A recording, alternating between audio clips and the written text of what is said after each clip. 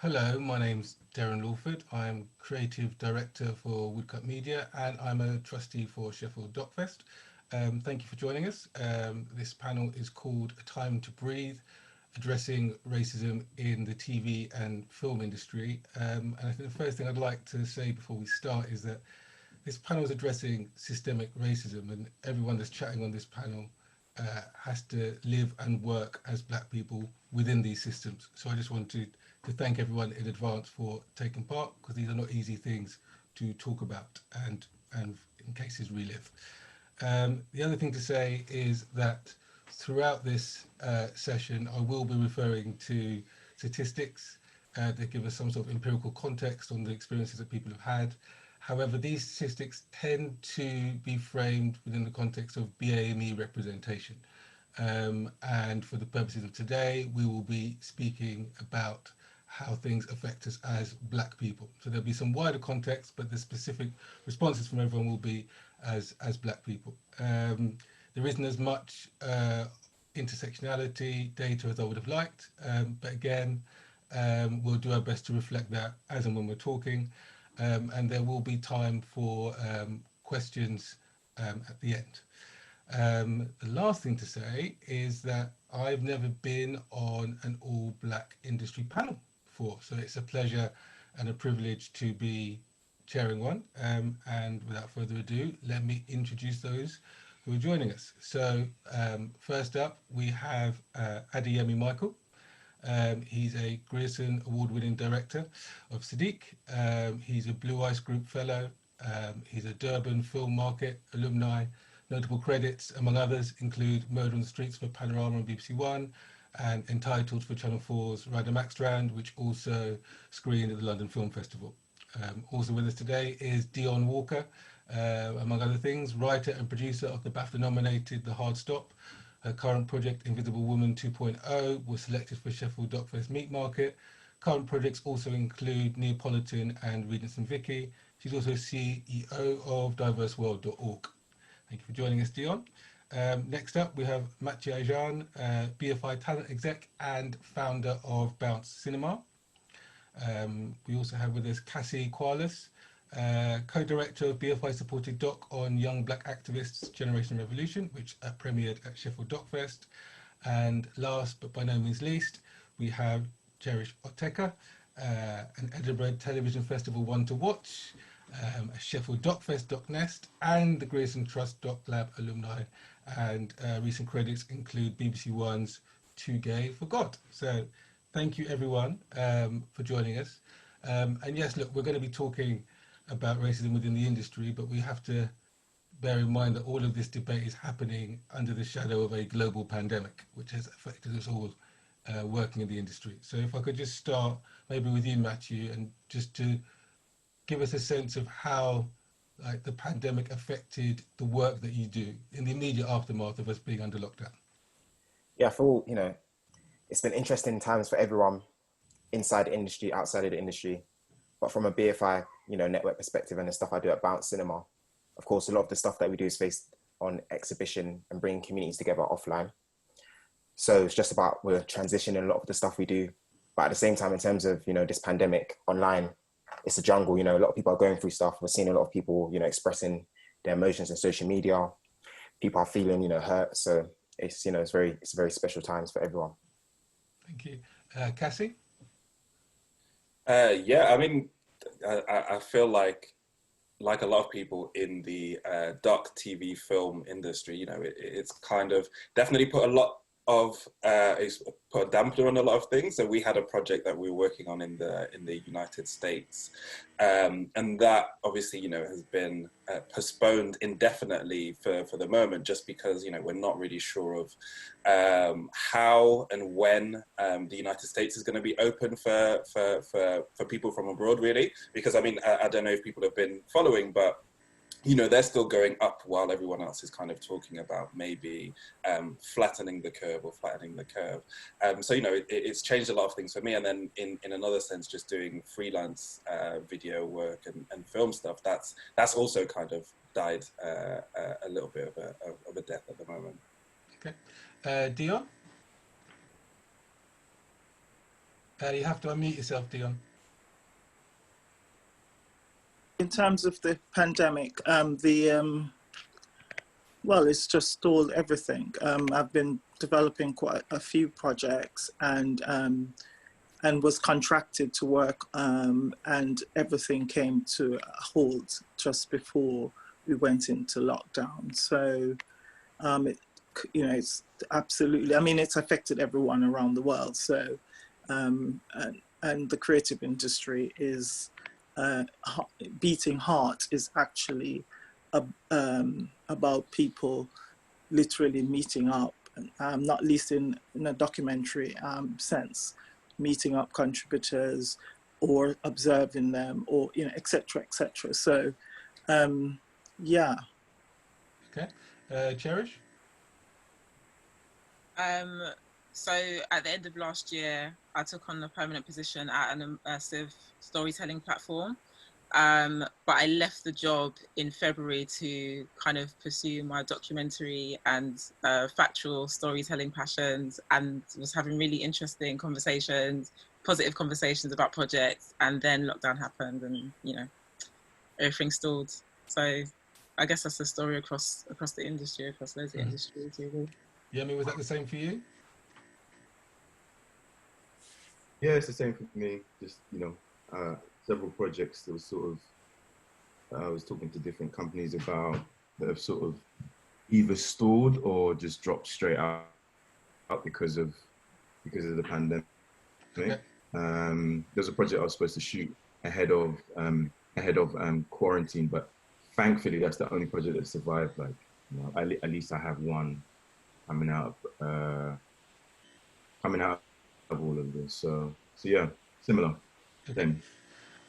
So the next thing that happened for all of us during this period was the death of George Floyd, global reactions, BLM movement, statues coming down, questions being raised. So I'm just keen to know that specifically, like as Black filmmakers, producers and execs, how that impacted you personally and professionally. And I guess kind of things I'm alluding to are, were you having to have awkward or surprising conversations with white colleagues and peers? Were opportunities suddenly being afforded to you because you were Black? Or were other opportunities suddenly being afforded to you, and how did that sit? And I'll start with Cherish for this one. Yeah, I mean, on a personal level, it was definitely like an unearthing of trauma. Like, I think there's just on a day-to-day basis, there's a lot that you have to endure, a lot that you have to suppress, a lot that you have to kind of just shrug off of your shoulders, both just in your day-to-day life and professionally. And now there is this like momentum going of people saying that they're not going to take it anymore and they want change. But in that, there is the unearthing of all the things that I just haven't said before, and all the times I felt disempowered. Professionally, I've definitely had a lot of challenging conversations, and like, I understand for people who aren't Black, it can be awkward to talk about these things, and it's a lot more awkward for us to talk about these things because we're now the spokesperson for an entire population of people. And then there's loads of kind of job opportunities that have come up from it, but a lot of it is to talk about race, racism, trauma, and sometimes it's done with an insensitivity just to the fact that, in making these projects, we have to endure our own traumas, and that comes to the surface as well.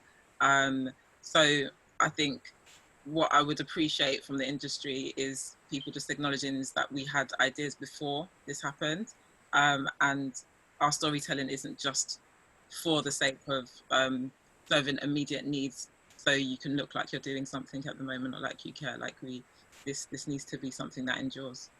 And just something you mentioned to me before, so lockdown happens, opportunities freeze up, and then this happens and opportunities start. How many opportunities did you get offered in one particular day? I got 4 job opportunities offered in one day, and I turned all of them down. I'm fortunate enough to be in a position to turn them down because I was employed before, like, this happens. So I'm a month into a new job, and I'm definitely like interested in working on factual kind of projects again, but I want it to be like with intention. Like I don't want to feel like I'm doing it for the sake of other people's entertainment, or so they can feel like, you know, there's a curtain twitching element to it. I just want it to be something that feels a bit more conscious and authentic. Thank you. Now, yeah, I know, like, you know, I was approached to suggest people for particular projects, and I mentioned you for at least one project that came up. Did you have any other people approaching you during this time? Say it again. You're breaking up. Did you have any other people approaching you during this time in the aftermath of BLM and George Floyd? Sorry. I guess, you know, just like Cherish, you know, there's a pool of people have approached. I was part of that, and it's no different. You know, let's be straight about this. You know, whenever there's something that happens in the Black community, or on this sort of level, it becomes almost like a trend. And so, you know, the reality is that we all get approached. And so, you know, I've had that. I've had maybe about the same amount of approaches, if not more, in just this short sort of period of time. But it's not unnatural. It's not something that we've not seen before. But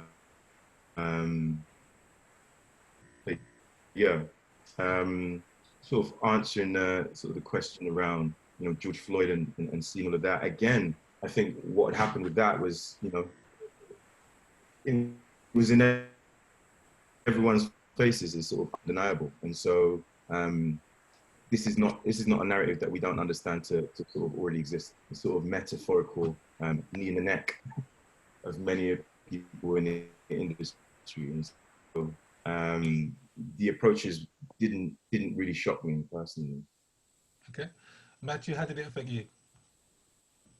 For me personally, you know, building on what Adeyemi said, this is stuff that's been going on for years and centuries. Like, it's not anything new. It's almost like this one just has a marketing campaign, and, you know, there's different layers to what's going on at the moment. You know, for me personally, I see it as it's a war against racism and a war against capitalism, because at the same time, organizations and individuals can use this for commercial gain as well. So it's about, you know, balancing out what's authentic, what's meaningful. And, you know, a lot of people are going to get reached out, and, you know, you're going to be reached out to people that have been ignoring your emails, essentially. So it's about understanding, okay, who you're working with. Not all money is good money. And this is a time to really understand and look after your mental well-being as well. Because this narrative that's going on at the moment, it's not the only narrative about Black people. You know, Black people are powerful, we're beautiful, we've got other sides to our story. So I think even from a mental health perspective, yes, you know, we're pushing and fighting for systemic change, but, you know, we're out going to the park, walking, hanging out with our friends. So it's just about maintaining that balance for me personally. Thank you. Cassie? Yeah, I mean, I completely agree with what everyone else has said so far. I think for me, in terms of, you know, seeing the movement and how quickly it spread, I think it was a long time coming. We know that this kind of police violence has been going on. We know that white supremacy, racism are reality, especially as Black people. You know, it's a big part of our life all the time. I think with this, you know, the renewed Black Lives Matter movement, I think it really underscored not only the impact of the first wave, so the movement that, you know, that kind of came to fruition around 2014, but also it was testament to the work that was done in between. And I think that a lot of the times we kind of gloss over the fact that, you know, there were activists on the ground, especially in America, in communities, talking to people and dreaming about what a future could look like, what a future with racial justice would look like. And I think that, you know, the messaging around things like police abolition and what that means and what that would mean for a society, I think it's testament to how well that work was done, in the sense that, you know, this George Floyd and Ahmaud Arbery and Breonna Taylor and all these things kind of happened in close succession. And that's not to say that other people weren't being killed in close succession all the time before that, but, you know, the movement was able to coalesce around these things and very explicitly say, what it was exactly that we wanted, like what racial justice was, what it could look like, the kinds of things that we wanted. So dismantling the police, investing in communities, substantive education on white supremacy and imperial and colonial legacies. I think in the UK, one thing that I would say is that, sure, we've seen, you know, big companies kind of talking about how they're going to invest in diversity schemes and maybe talk a little bit about how ashamed they are of their histories. But I think that what I would like to see is a bit more joined up thinking, especially with regards to reparations in the United Kingdom, especially with recognizing that the United Kingdom or Great Britain became great through its exploitation of the Caribbean and the people that it forced there. So, you know, something like that. I mean, there are many campaigns around this, and I think there's one that's kind of headed by Hilary Beckles in the Caribbean, but, you know, education, economic diversification, proper memorialization of the slave trade and things like that. These are the kinds of things that I hope can come out of the current conversation. Thank you. So Dion, just to build on what Cassie was saying, because obviously Cassie's also coming from a place having observed young black activism for the last few years through his film Generation Revolution. Obviously with your film, The Hard Stop, that was born out of the last big major protest by black people against injustice. So just, you know, how has all of this affected you personally and professionally, and what's your perspective on the kind of discussions that are now coming out as a result of all of this? You know, so having, as you say, been involved with the Hard Stop and the 2011 riots, and of course the death of Mark Duggan that incited those riots, or the spark, and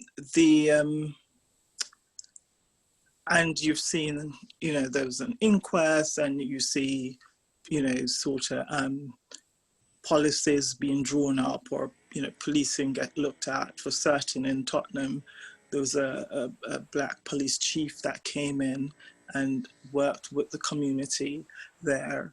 So you do see follow-up happening. I mean, if you go before that and we look at the, you know, the kind of the Stephen Lawrence case and the Macpherson report, and subsequent to 2011 riots, you've had the Lamy report, and, you know, during the pandemic, with the disparities that we're seeing, the BAME and black disparities, you've seen the government calling for another report. I think when you take a view of all of that, you start thinking, well, and as somebody who's older, from a, you know, older generation, you start thinking, well, George Floyd has happened, it has been happening. Yes, there's something of a, it felt different this time round, you know, possibly because we were in the COVID, and, you know, just, you know, there was a different layer to it. But what more can we do to ensure that the policies that are, that's kind of, I mean, we know what we need to do, and the policies are there. They've been drawn up, actions has been laid down in the past. So what more can we do now to ensure that it's sustained as we go forward, really is the big question. How can we drill down into racism and in institution? How can we shift institutional racism and systemic racism? What more can we do? I think that we need to focus on that. Okay. In light of that, actually, you know, one of the things that has emerged has been the industry's response. And you had Channel 4 declaring themselves an anti-racist organisation. You had Sky saying we're going to put 30 million towards racial injustice. You had YouTube saying we're going to put $100 million towards black creators. And what was interesting for me is that as soon as that happened, the debate didn't go away. Instead, what happened was you had a groundswell of open letters in the UK and the US saying this is not enough. And then since then, we've had £100 million commitment from the BBC. And And before I get people to comment on that, I just wanted to give some context to that figure. So it's 100 million. That 100 million starts in 2021, and it's spread out over 3 years. So that's 33 million a year.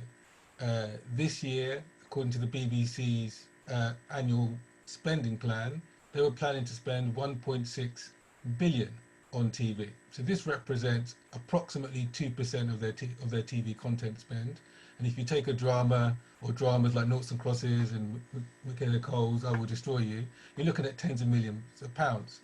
So it's difficult to know how effective those numbers and commitments are. But I'm just keen to hear from everyone how they feel about how the industry has been responding. And I will come to you first, Yemi.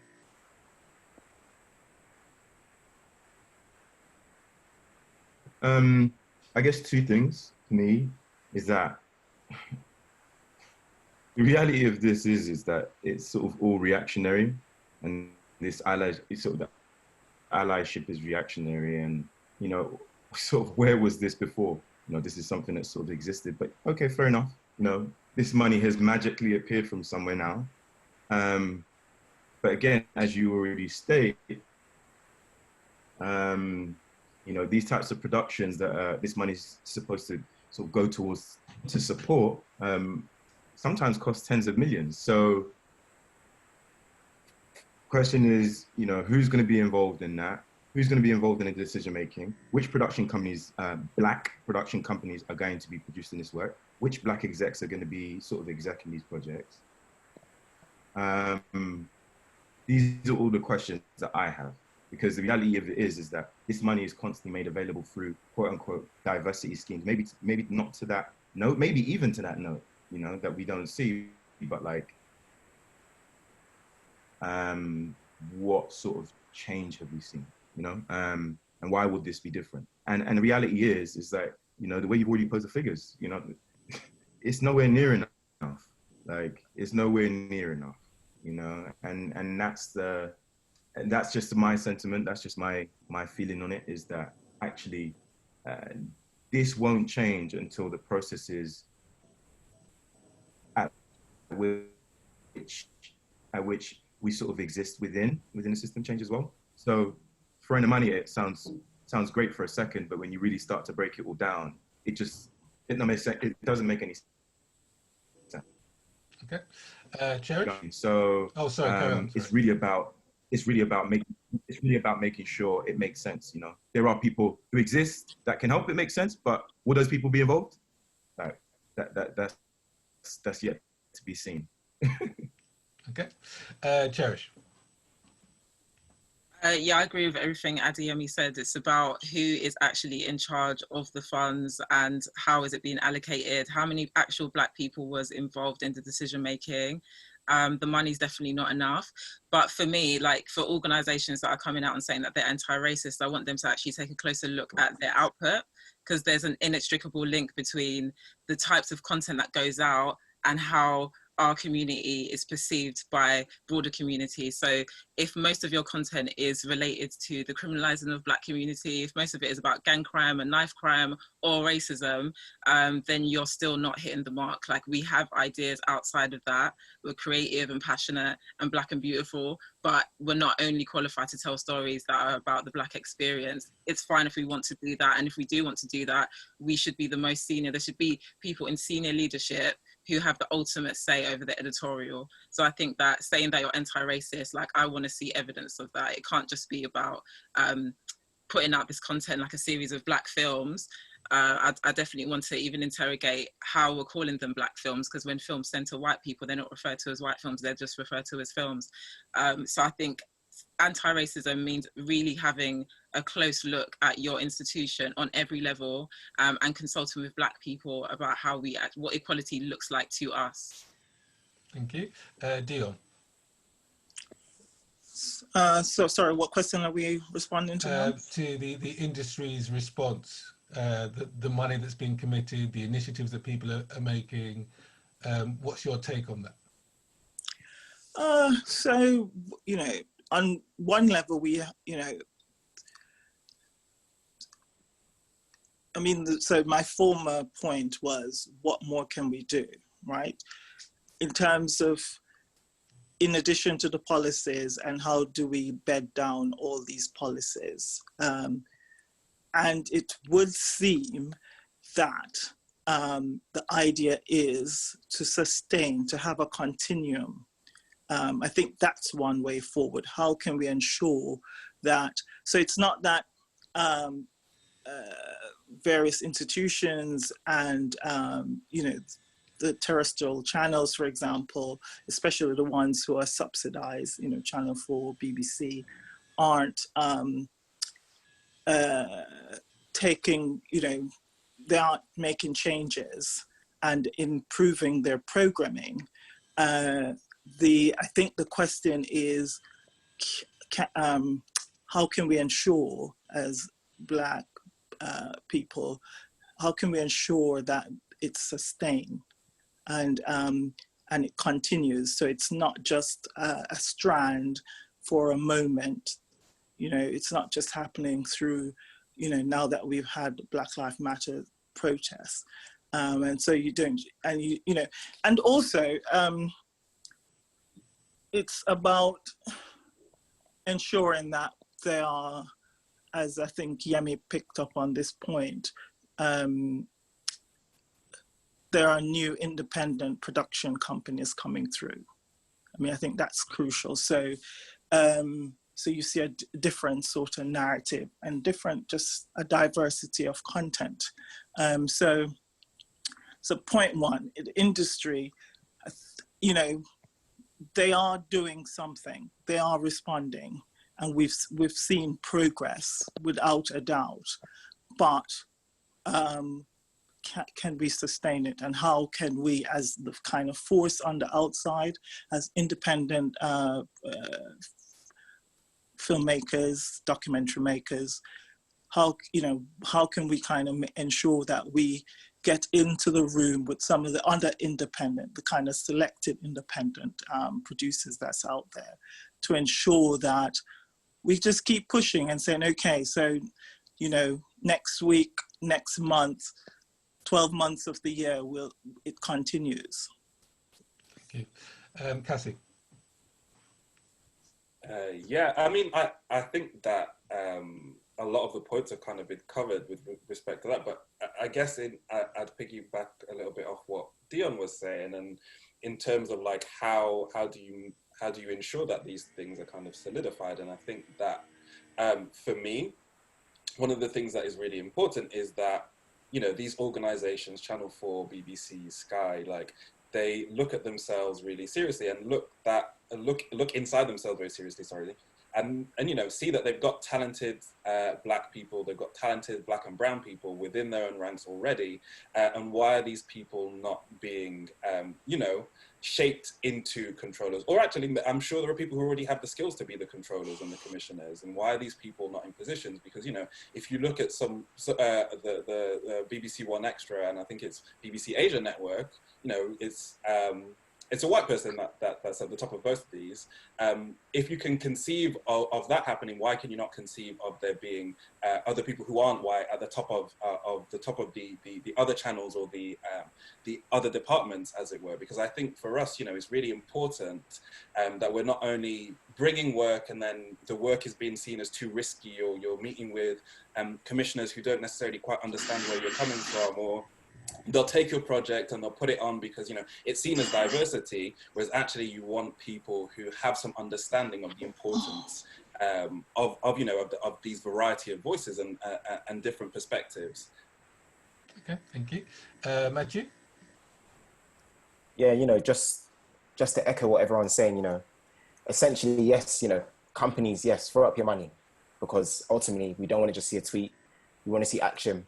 But at the same time, you can't throw money at things and solve situations. You know, when we're talking about systemic racism, we're talking about, you know, being the only Black person in office. We're talking about, you know, going somewhere and someone asking you if you're an intern. We're talking about, you know, people not respecting you when you reach out to them. There's so many different layers to this. So, you know, money's one thing, but again, okay, who's going to be distributing that money? We need to talk about access. How many people have the privilege of being able to contact people directly and say, oh, you've got this £100 million, let's have a meeting. there's so many grassroots filmmakers, so many grassroots organizations who are probably doing more impactful work with £1,000. And that's the honest truth. People have had this money for so long, where's the outcomes? And I think, organizations need to be held accountable and be more transparent about, okay, this is the money that's been distributed, what's been the impact and outcome. And, no one's going to get it right the first time, but I think the more we're transparent about these things, that's where we can move forward and people can improve. But, this industry, we know it already, it's not accessible. It's not accessible for people that come from different backgrounds. If you don't have the networks, if you don't have the know-how how to navigate these spaces, then it's game over. That's the honest truth. You could be super talented, but if you don't have the right links, you're almost seeing a carrot and a stick. There's money out there, but how does that Black filmmaker chilling, who's never been in the industry, who's never been to any of these major festivals, who don't know who these commissioners are, how do they access that money? How are these organizations creating a clear pathway for people who do not have the access? Or is it just going to go to the same people who have the networks already and the money gets trickled down? I think, those questions need to be answered. Thank you. So obviously we've just been talking about an immediate response from the industry, but the industry has been doing stuff already. And I'd like to think that there must be some good examples of how the industry does work to support Black people in some way, shape or form. So I'm going to go to Dion first. Do you think there are any existing ways in which organisations, individuals have been working that we should be taking note of? Well, I've worked with, and the Hard Stop, for example, is supported by BFI, Film London, and Sundance Bertha Foundation, and Doc Society, and what can I say? I mean, look at the subject matter of the documentary, and for starters, as far as I'm concerned, it says something about the institution that's going to back this sort of project. And certainly back us as filmmakers. I say us because, of course, the writer-producer, George, who isn't on the panel at the moment, director. And we're, so they do, I think, for them, as we were talking about the whole kind of remit, they have broader remit, and so they have to serve a wide communities, in terms of they have to serve Black, they have to serve across the BAME kind of construct, and so I realize that, and it's for them, it's it's a kind of it's a game of dominoes essentially. But the point is, in practice, I would say, having applied to a number of these institutions, in practice, I've seen a shift, certainly over the last decade. We've seen where there's a kind of bridge to the communities who, I guess, who've complained in the past. You see a number of different outreach type of things happening. In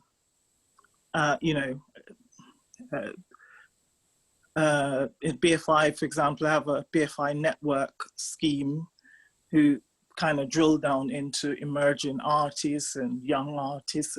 So, which includes, the kind of the diversity and inclusion matrix. So,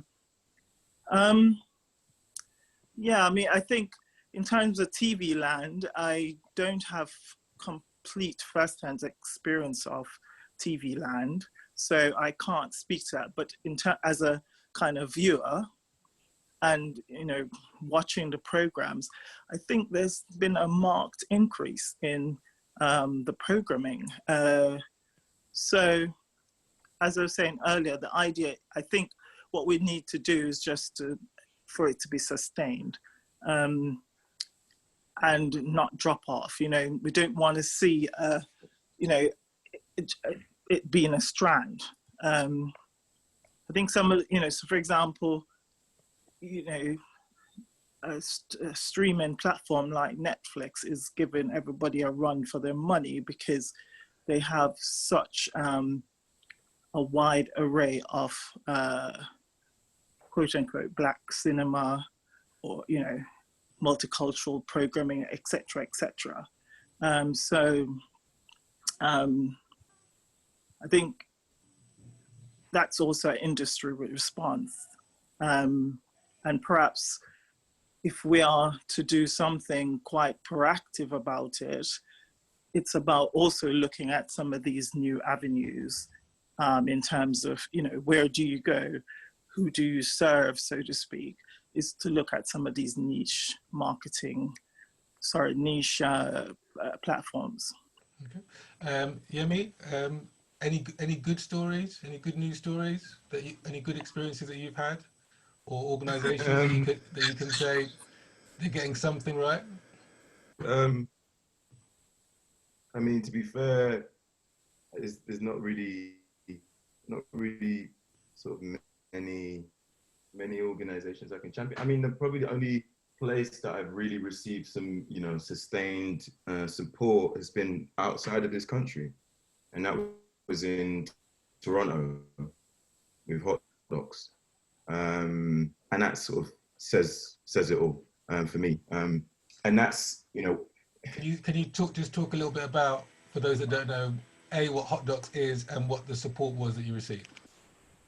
Again, it's, you know, it's trying to find spaces where, you know, where people accept you and accept what you do, right? And so Hot Docs, you know, they have and still had they had a scheme that I was on a few years back. I had a Blue Eye scheme for people who are making, you know, documentary films across the continent, you know, of Africa, specifically for African filmmakers and all the rest of it. Again, I feel like, you know, what they were doing, the approach, the setup is right. Is there some fine tuning they need to do? Yes, there's always improvements to be made, but like they're ahead of everyone else. And in fact, in any way, shape or form of it, it's sort of focused on African filmmakers, but they have other programs as well that sort of support filmmakers in Canada. A bit more than here of who exists within the industry.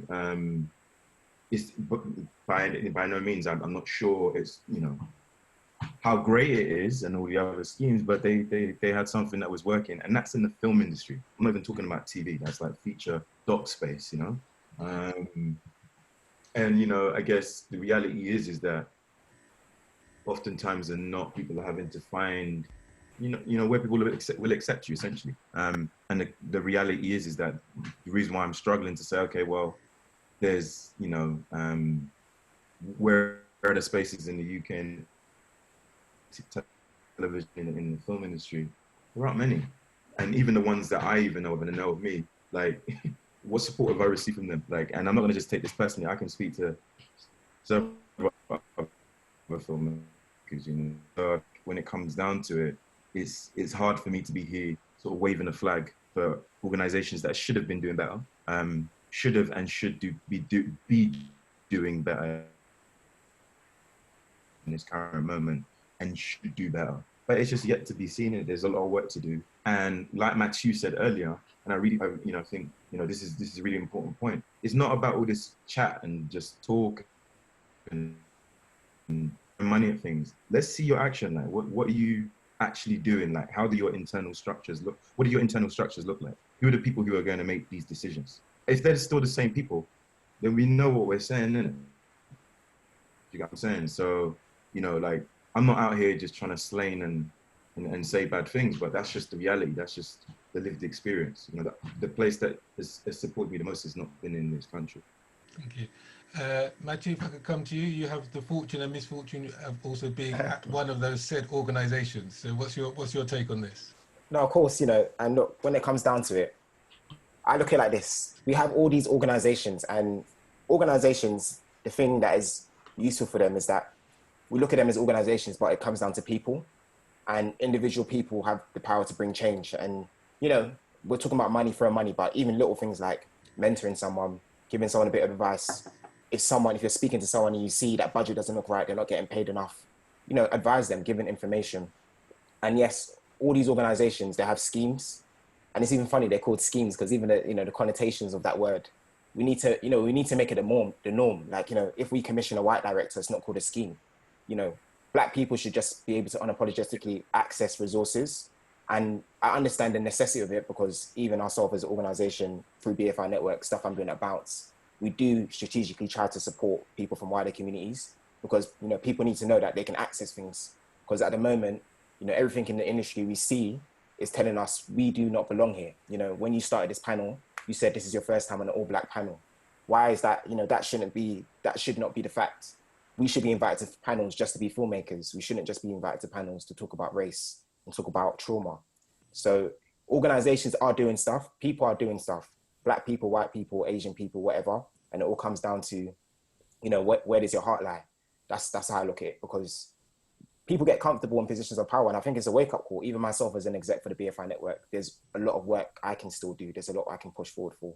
So, you know, there's good work happening. But again, we need to push away from the narrative of this is like a scheme. Just make it the normal. That's it. That's my perspective on it. Thank you. Cassie?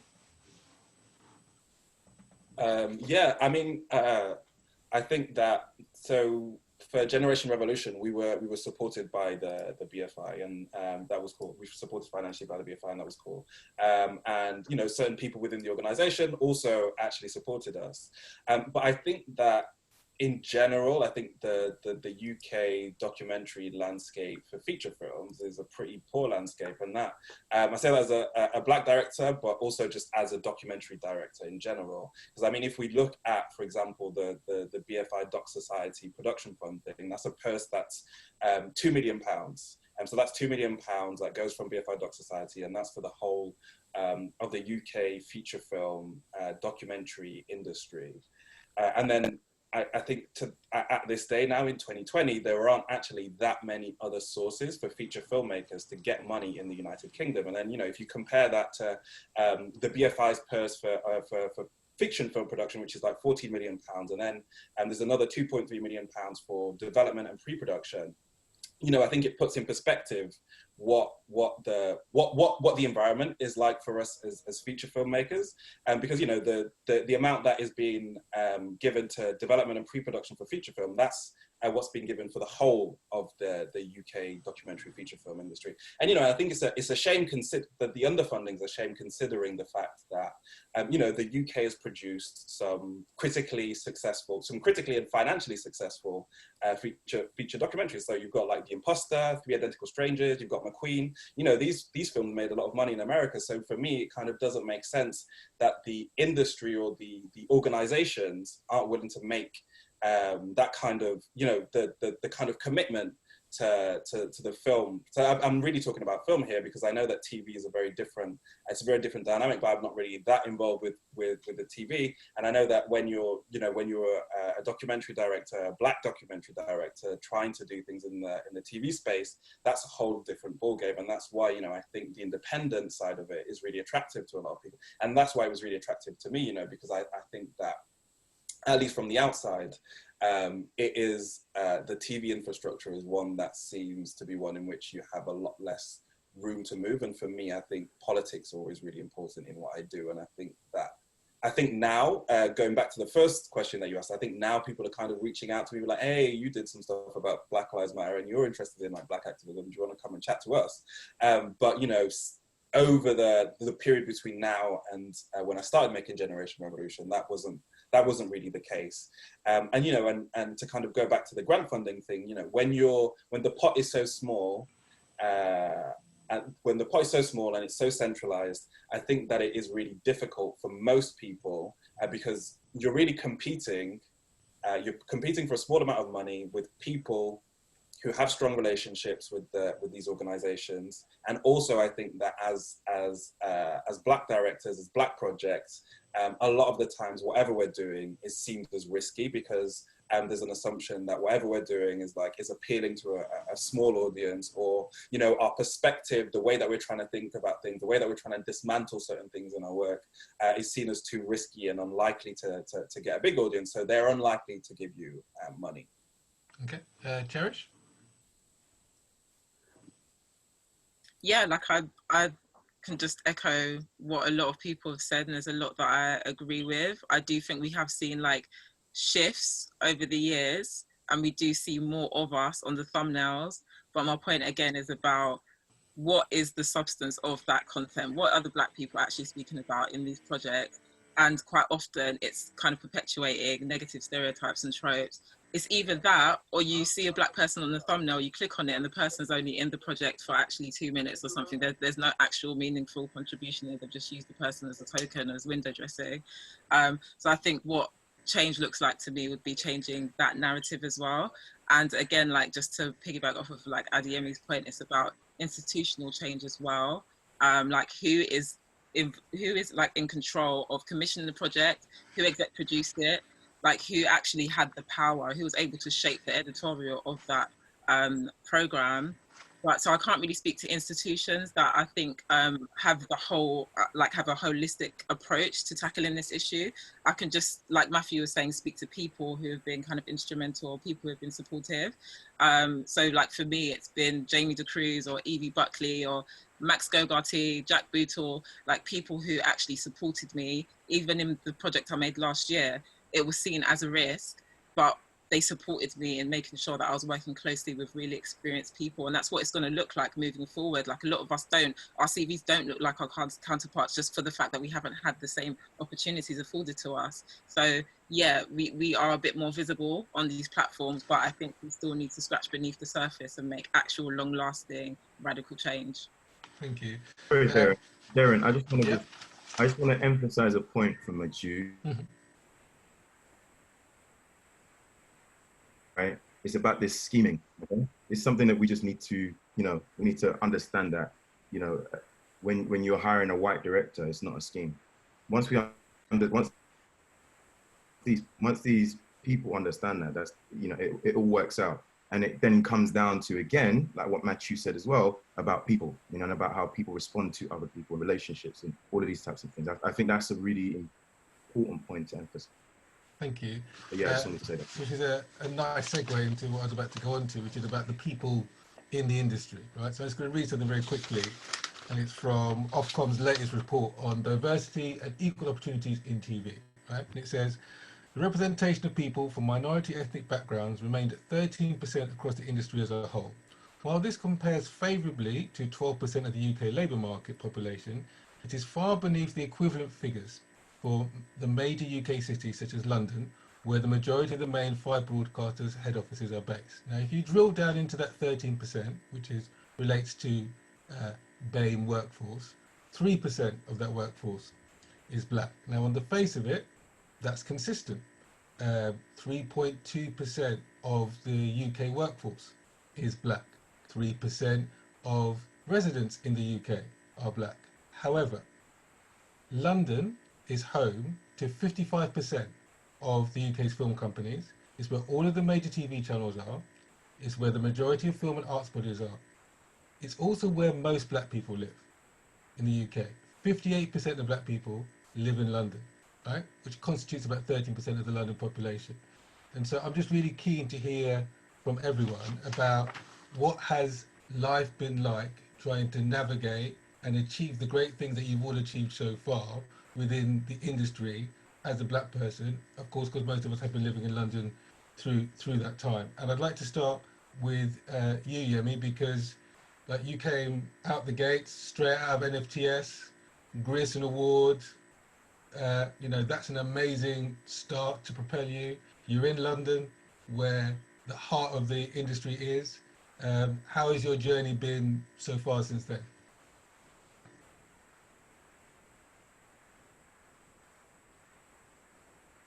You're on mute, Yemi.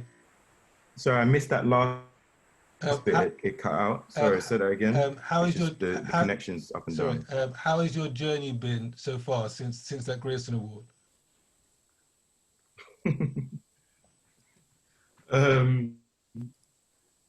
Yeah, man. You know, I'm hearing it, you know, as we all are. You know, I'm here because that's what we do. We stay here, we make work, and you know, we make good work. This is what it is. At the end of the day, it's about making good work, irrespective of what challenges are put in front of you, right? And that's been the journey. That's just been, and it's still the journey. You know, like it's the narrative of my avatar and you know, us as a collective group. And so I feel like my journey has encompassed that. And so I feel like in terms of the things I've experienced, which, you know, I won't go into here, have been sort of, I guess, relative to that sort of journey, you know, and live through, being in these avatars that we live in. And so for me, I've just got a resilient mentality. I feel, you know, when it comes down to any industry, no one wants to just be given it, right? You know, I know that I work hard, and I try and just speak truth to power, like, you know, and it's about having integrity, being honest about what it is that you're saying, and also being honest with yourself. Are you being good enough? Are you good enough? And I don't need to say it myself. What you've already explained shows that, and some of the stuff that I've done has shown that. And as long as I can appease that in myself, I don't really go to this sort of place of, well, you know, are they giving it to me? Are they not? Because either which way, I'm gonna get it. So, and that's how I see it. You know, like if these people if they want to support and they want to get on board, great. But the one thing I wouldn't say I take issue with massively, but like I find strange. You know, actually, I do take issue with it. Let me just be straight. I take issue with it, right? Is that, you know, when we all do good, everyone wants to jump on the thing. Do you know what I mean? And so, you know, but no one really wants to support you to get there. So I feel like coming out of NFTS, the reality is that, you know, my counterparts, their journey's been different. We understand that being in this living. So my experience is really mirrored that, you know. You can have all of those accolades and all the rest of it, but you know, the reality of it is that there are people who don't have that stuff, and still move on. And at the end of the day, it's yeah, it looks good, but you know, the action behind it all, from the industry, some of it's been null and void. You know, there's not been enough. You know, nowhere near enough at all. And so, yeah, and I feel for me, my thing has really been about, you know, trying to bring other people in and support, and you know, looking towards other directors as well, and for us to sort of like support one another. You know, it's like this peer-to-peer support, really. Thank you. Cassie, given that you're on the independent side of things, what's your journey been like trying to raise money, get support for your projects as a black man in the industry? Yeah, I mean, to be fair, I think that a lot of what Yemi is saying is definitely resonating with me quite a lot, in the sense that, you know, I think Generation Revolution did pretty well. We got BFI support. We had a theatrical release in the UK. We toured it in the US. We toured it in South America. We broadcast it on TV, and then we sold it, and then we did all these kind of things. But you know, and then when you go back to people with your next project, then people don't necessarily want to take that risk. And I think that, you know, that really parallels a lot with what Yemi is saying, in that, you know, I know other people who aren't black in the industry who maybe didn't have as much success with their first project, and who are, you know, flying and getting money here, there and everywhere. And that's not necessarily been the case for myself with these projects. But, you know, I think that it's also really important to be aware of what the environment is, and plan your strategies accordingly. And I think, again, it relates to something else that Yemi was saying in terms of, you know, getting support from outside of the UK. And I think that that's certainly something that we found, that, you know, where the UK isn't necessarily understanding necessarily the language that I'm speaking about certain things, that language is understood outside of its borders. So, you know, sometimes you just have to get the support where you can find it. Thank you. I'll come to you next, Dion. What was your experience after the hard stop? Were people clamouring, you, knocking on your door, or was it still as hard as it was to get the hard stop off the ground? You know, in many ways. So just to say, my central point is what more we can do, and that's in every aspect. So in terms of, you know, yeah, you come out or you get involved in your first feature theatrical release project and you think, yes, and it's BAFTA nominated and it's BIFA and it's award winning now. And, you know, you have arrived essentially. It's about like, well, what's next, right? How can you build on that? And how can you sustain work and get, you know, and then yeah, it's difficult. It's you assume, I think that, you know, you end up assuming that, well, you can just continue following the same channels, and you know, for starters, you continue to perhaps make work. So, you know, as documentary makers, you continue to film or, you know, come up with fresh ideas, and you do the same route, and you think, okay, the next thing is to apply and to pitch to some, you know, same network, and yeah, there are obstacles, and you know, you start understanding how complex things are, because the industry is competitive, and you begin to understand, well, you know, you almost have strands for the emerging and the young artists and the debut person, and then it's difficult. It becomes difficult to kind of say, well, you're going to have build an authorship, or, you know, so I'm also referring to George, of course, as director. And what else he has been doing essentially, in as well as myself, and you start to see that there are two different things, as in sustaining and building on your work and developing a body of work is very different from you're new and you're going to get one project off the ground. You have to, it's a different beast, and you have to kind of come up with a whole different set of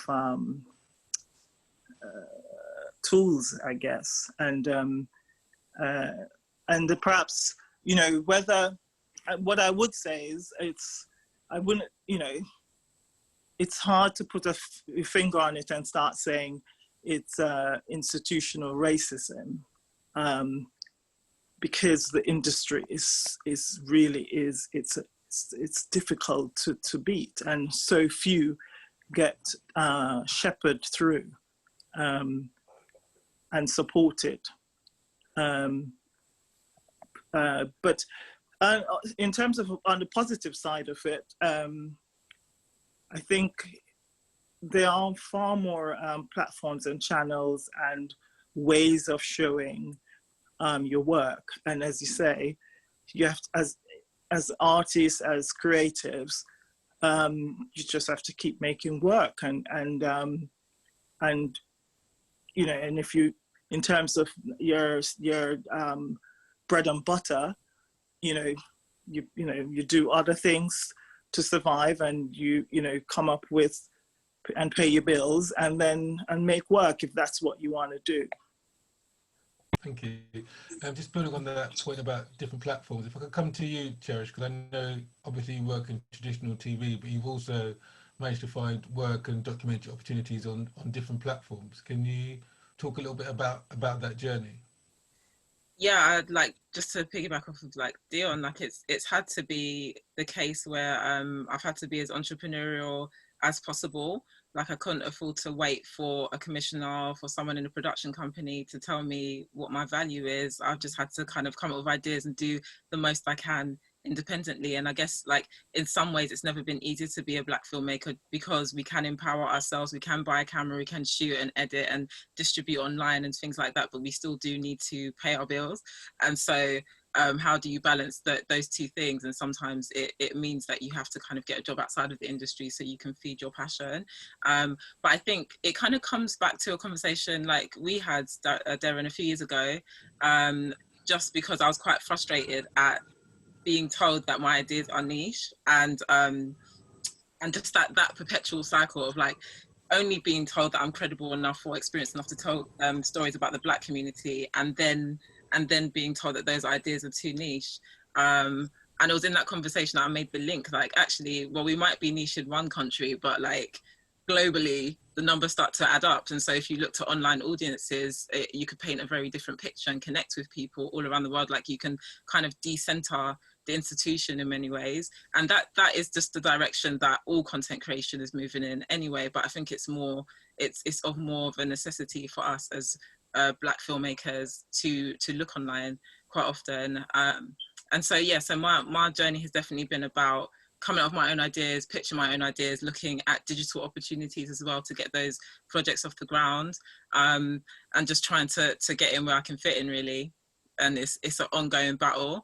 And I think that's kind of what some of my nervousness is about the time that we're in now. Like we're interesting right now, but what's going to be the conversation next week or next month or next year? Like, and I think it's important to try and make it sustainable, like everyone else is saying, really. Thank you.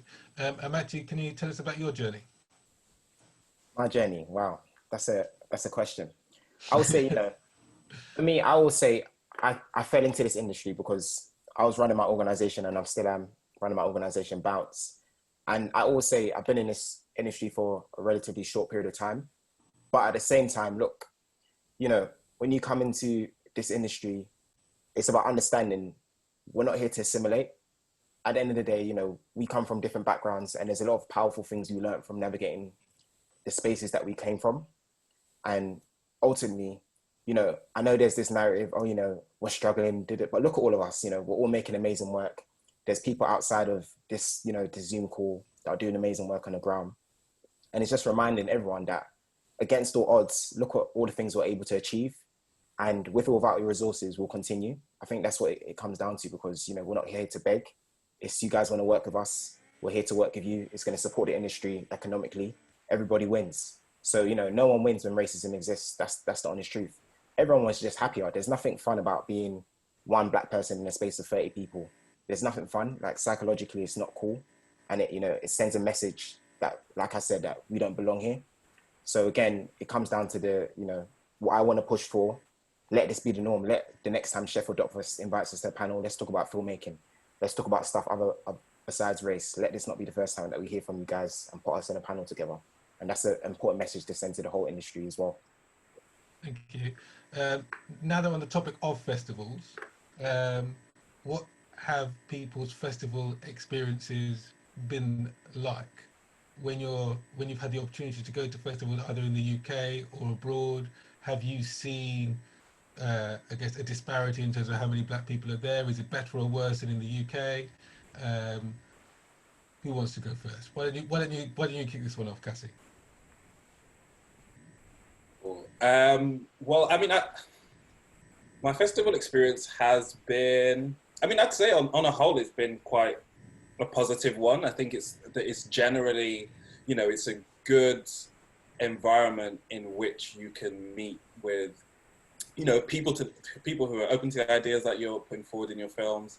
You can meet with lots of different audience members. I think that a lot of my positive festival experiences have unfortunately been outside of the UK. I had a really good experience at Docfest. I think Docfest is quite specific in the sense that it's very documentary focused.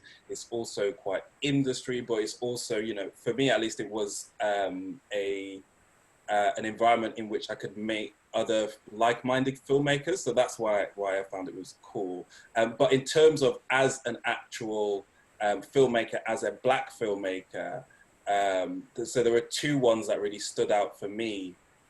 One was in Brazil, which is the cinema encounter, like the Black cinema encounters. It's called the Zosimo Bulbul in Rio de Janeiro, and there was the Third Horizon Film Festival in Miami, which is it's a film festival that's centered on Caribbean film, that centers Caribbean filmmakers, Caribbean film. It's it was in Little Haiti, an area with a strong Caribbean population in Miami, and that was just really, it was really good just in terms of the care that the organizers have towards you as an individual, as an artist, the kinds of discussions that you were having in terms of like elevating Black art. And I think that that's something, you know, that I'm more and more inclined to do, and that's more and more interesting to me. And that, you know, in kind of relation to what Mathieu was saying, you know, that those are the kinds of things that we want to be talking about as filmmakers. You know, we've chosen this path, we've chosen to make film because we feel that, you know, it's an important art form, and it's something through which we can express ourselves in ways that maybe we wouldn't be able to express it in other domains. So, you know, why shouldn't we have, you know, these contexts in which we can actually think seriously about the art form and talk about things that aren't necessarily just about, you know, our positions as Black people, as Black filmmakers, and you know, as Mathieu was saying again, you know, about being on panels that aren't just about that are about, you know, a multitude of things. Thank you. Dion, what's your festival experience has been like? Brilliant. I love festivals because, you know, they're kind of just by nature diverse, and in terms of their programming, you know, it's almost like intrinsically you set up a festival. So if, for example, Sheffield Doc Festival is set up, it's a documentary festival. So you have to find documentary, and you can't just show one type of documentary, you have to show a range. So similarly, you have festival that features you know, content about women, and you know, women focused festivals. Of course, you have Black film festivals. So I think largely festivals is a really great space to you know, to kind of to occupy, so to speak. And in many ways, actually, I think the streaming platforms have actually, they've modeled themselves on festivals, I think, in the sense that you have, you know, you have so many different platforms, whether it's Amazon, Netflix, Hulu, Mubi, you know, they're curating. There's a lot of curation in a sense that goes on there that matches the kind of sensibilities of festivals, and so clearly they must have been doing something right for us to find ourselves at a place now where we have this proliferation of places to go to see films, where we've left just terrestrial television and we have all these other avenues. So, and yeah, I'm putting it, you know, I'm almost saying, what I am saying is festival, it started with festivals and what they have been doing over years. Specifically, for example, London Film Festival, Sheffield I've been going for years, so, but in London, so you have Sheffield, that's been happening for a long time. Right now in London, there's the Open Doc Film Festival, for example, which, you know, kind of found a space with, you know, so before it was just, in terms of big film festival, it was pretty much BFI London Film Festival, which I've been going to for years and have great experiences as a viewer before I became before I started making films. But now you have so many different programming kind of strands that's happening in various cinemas. And you have the East End Film Festival, you have Open Dark Festival, and they have their different focus. So yeah, I think it is a good place to go to if you are independent filmmaker and you are seeking to get your voice out there initially. You know, I guess it's technically it's where all of us have premiered films and shorts and started, you know, you start the work there essentially. Thank you. Yemi, what's your festival experience been like?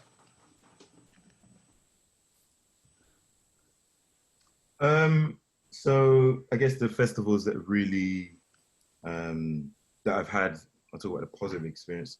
That I've had a very good time at festivals like Black Star Film Festival in Philadelphia. It's just a consistency and a sort of like opportunity to critique and talk about the work as just work. And I guess, yes, the focus is about Black and diaspora filmmakers globally. Other film festivals like New York African Film Festival, which is associated with BAM in Brooklyn, is another one that is sort of like critically looked at just the work that I make, sort of make, as opposed to when I've played in other sort of well-known festivals. It's usually been about okay, well, this is the thing, so we'll program this. You know, this is what people are talking about. This is the project, right? Great. But I feel like festivals like Black Star, New York African Film Festival, and even festivals in Zanzibar. I mean, there was just the focus around the work and about just sometimes just the simplicity and the banality of, you know, the stories and the way in which characters exist in film was where it was sort of centered. You know, it wasn't really about the sort of loud, noisy projects, which sometimes I feel like the industry is so obsessed by. Okay, thank you. Cherish, what's your... Oh, go on. You know, to a degree of almost sort of strange fetishization around as well. So, and yeah, and DocuDays is another one in Ukraine, as well as, like I said before, Hot Docs. Those festivals have been really, really positive experiences for me. Thank you. Cherish? Yeah, like festivals is definitely where I started out, and it was an opportunity to make like content independently and then share it with an audience and have the chance to kind of meet my peers and meet other filmmakers. And I do agree with like Dion that Sheffield Doc Fest and festivals just generally tend to be a bit more diverse in the programming. So that has definitely been useful just in terms of like reaching new audiences and meeting new people.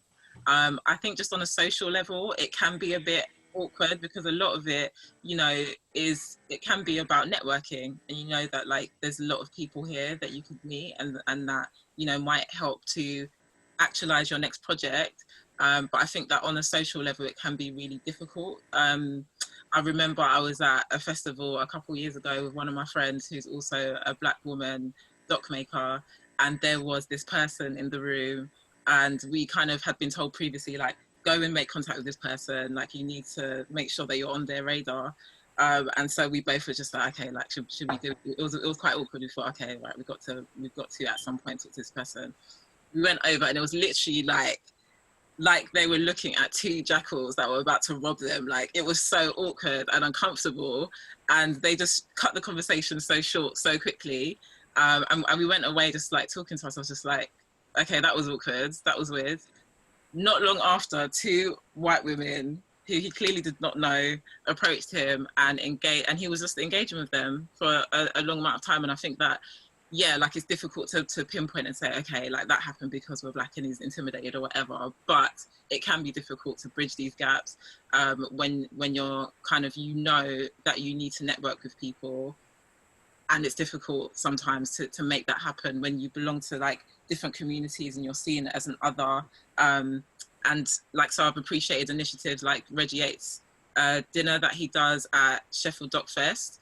And that was an opportunity to meet like commissioners and like just be in a room full of other people of colour, and we network with each other and network with people in the industry in a way that doesn't feel forced and doesn't feel awkward. So I think definitely, like, just on a social level, maybe more could be done to mitigate the awkwardness of networking, and that's like across the board and generally. But I think also when like a lot of people in positions of power in the industry belong to one community and you're from another community, it can be difficult to bridge those gaps. Okay, and Matthew, what's your festival experience been like?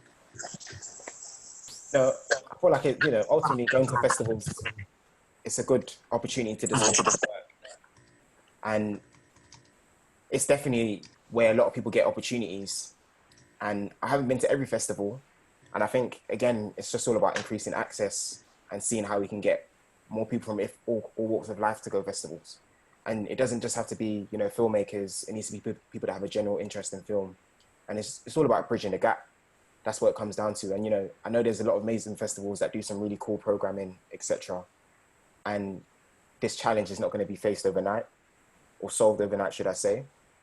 But we definitely just need to increase access to a lot of these festivals because, festivals are built on people having exclusive access to things. So there are a lot of barriers for people to watch stuff they traditionally might not have access to, or even to build up their taste buds. How do we introduce people to new films? And honestly speaking, that's what we do at Bounce. We do screenings all year round. And we program Black filmmakers, we program all kinds of filmmakers. And it's not about their color, to be honest. It's just about showcasing good work. So, my personal experiences, again, I say I'm relatively new to this industry. The first film festival I went to was BFI Feature Film Festival. 1 second. Have I cut off? No.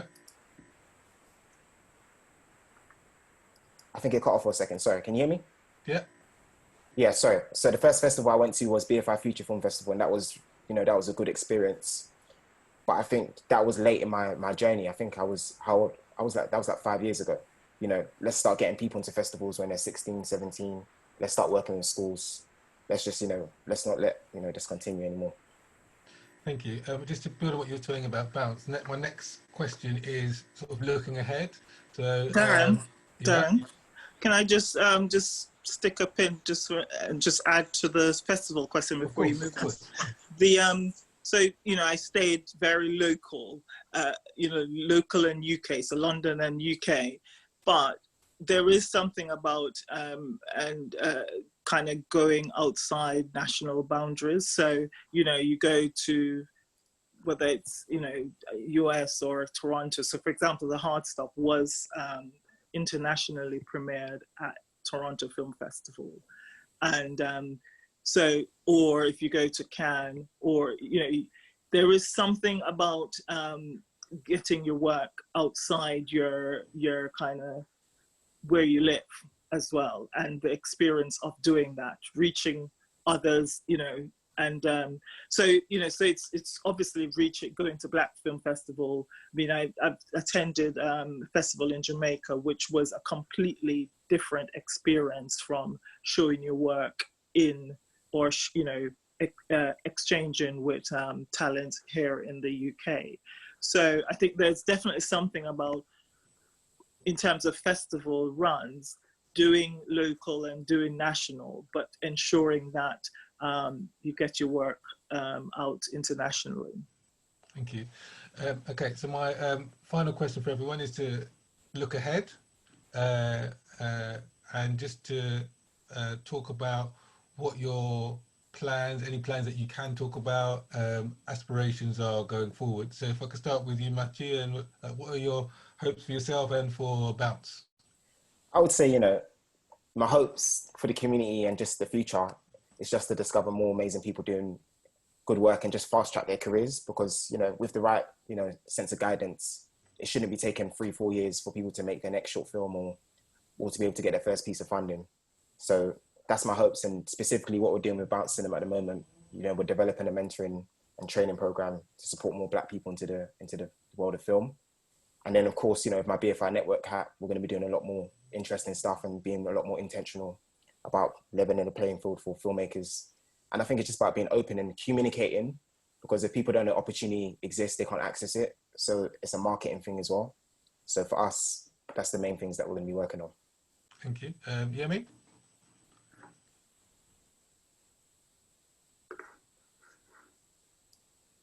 Hey, yeah, what am I working on? I've got a few projects. We're about to shoot sort of a post-apocalyptic isolation story, which is interesting. And then there's a couple features. And then I guess what's really important to me is also, you know, supporting people getting into the industry as well. I've run a program called the Film Crew for a few years, supporting, you know, particular groups to get into the industry, really. Sort of from varying backgrounds of the industry. There's sort of non-traditional roles, not sort of directing, not producing, the sort of more trades-based skill roles that exist within the industry that I guess mainly focus on fiction, but sometimes cross over to doc as well. So the Film Crew doing that will hopefully support and help as well. So that's sort of my approach for moving forward. Okay, thank you. And Dion? So I have a few kind of independent projects that I've been working on, and also seeking to work and collaborate with other filmmakers, you know, ideally filmmakers in this group, for example. Trying to assist kind of, so the intersectional narrative, so it's Black, brown, women, you know, sexuality. I mean, there's one project that's actually trying to really look at these intersections and how we coexist in the world at the moment, titled Neapolitan, amongst other themes in terms of climate change and some of the, you know, so still sticking with some of our pertinent issues that we're facing. Of course, we've just had a pandemic, and we're still going, it's still evolving, so I shouldn't say we've just had it. So